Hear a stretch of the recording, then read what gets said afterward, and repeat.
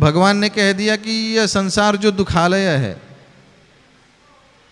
मामुपेत्य पुनर्जन्म दुखालय मशाश्वतम, ये संसार में जो भी आता है यह संसार दुखों से भरा हुआ है। तो यहाँ पे क्या मिलेगा? दुख ही मिलेगा। ये संसार का सुख वैसा ही है जैसे किसी अपराधी को जब दंड दिया जाता है तो उसको कुछ देर के लिए पानी में डुबाया जाता है। जब वो ज़्यादा उसकी सांसें फूलने लगती हैं तो थोड़ी देर के लिए उसको बाहर निकाल दिया जाता है, तो वो थोड़ा सांस लेता है। जैसे ही थोड़ी सांस लेता है फिर उसको डुबा दिया जाता है।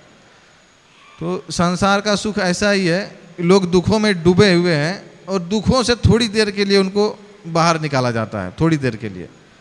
तो थोड़ी देर के लिए जो निकलता है वही उसको सुख लगता है कि अरे वाह मैं तो सुखी हूँ, लेकिन उसको पता नहीं कि अगले क्षण ही फिर वह डुबाया जाएगा पानी में, फिर वह डुबाया जाएगा, फिर वह सांसें फूलेगी, फिर तड़पेगा, फिर थोड़ी देर के लिए निकाला जाएगा। तो इसी तरह से कष्ट पे कष्ट दिया जा रहा है, डुबाया जा रहा है, निकाला जा रहा है, डुबाया जा रहा है, निकाला जा रहा है। लेकिन अंत में जब डुबाया जाएगा तो निकाला नहीं जाएगा। जब लास्ट समय आ जाएगा, जब अंत आ जाएगा, अंत में जब डुबाया जाएगा तो फिर निकाला नहीं जाएगा, फिर कोई चांस नहीं है, फिर खेल खत्म हो जाएगा, अंत हो जाएगा।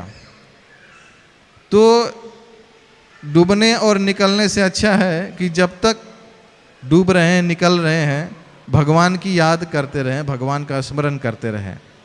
क्योंकि शरीर मिला है तो बूढ़ा भी होगा, रोग भी आएगा, कष्ट भी आएगा। क्योंकि शरीर भूमि रापनोलो वायु खम मनो बुद्धि एवच, पृथ्वी जल अग्नि वायु आकाश से बना हुआ है, पंच तत्व से बना हुआ है। तो यह पंच तत्व का शरीर यहीं का यहीं रह जाएगा, चाहे साधु का हो चाहे असाधु का हो, कष्ट तो मिलेगा ही। लेकिन जो भक्त है वह कष्ट में भी भगवान को और याद करता है, और ज़्यादा याद करता है, और जो अभक्त है वह विचलित हो जाता है। तो इससे अच्छा है कि अंत समय में जब तक हमको अंत समय में पूरी तरह से डुबा दिया जाए, उससे पहले हम लोग ज़्यादा से ज़्यादा भगवान का स्मरण कर लें, भगवान की याद कर लें। क्योंकि कब किसको डुबा दिया जाएगा पता नहीं है। यमराज जी महाभारत में युधिष्ठिर महाराज से पूछते हैं कि इस संसार में सबसे बड़ा आश्चर्य क्या है। तो युधिष्ठिर महाराज यही बोलते हैं कि अहनि अहनि भूतानि गच्छन्ति यमालयम, मतलब जो हजारों हजारों की संख्या में लोग रोज मर रहे हैं, फिर भी जो जीवित हैं उनको लगता है कि नहीं मैं नहीं मरूंगा, मेरा नंबर नहीं आएगा।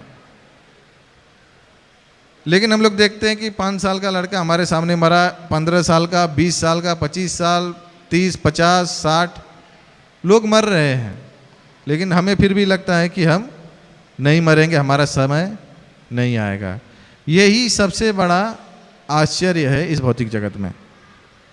तो इसलिए भगवद गीता में भगवान कहते हैं कि सर्वधर्मान् परित्यज्य माम एकम शरणं व्रज, अहम तो हम सर्व पापेभ्यो मोक्षयिष्यामि मा शुचः।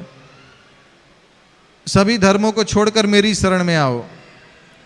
सबसे बड़ा धर्म क्या है? भगवान की शरण लेना, उससे बड़ा धर्म कोई नहीं है। तो भगवान कहते हैं मेरे पास आओ, मेरी भक्ति करो, मनमना भव मद भक्तो मद्या जी माम नमस्कुरु। मेरे भक्त बनो, मेरी सेवा करो, मुझे नमस्कार करो, इस प्रकार से तुम मेरे धाम को प्राप्त हो जाओगे। तुम डरो मत कि मैंने इतना पाप कर दिया, मैंने ये कर दिया, मैंने वो कर दिया, मैंने चोरी किया, तुमने जो कुछ भी किया हो मैं तुम्हें सभी पापों से मुक्त कर दूंगा।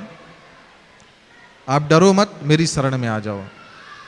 तो भगवान की शरण लेने का अर्थ है कि भगवान के भक्तों की शरण लेना, भगवान के नाम की शरण लेना।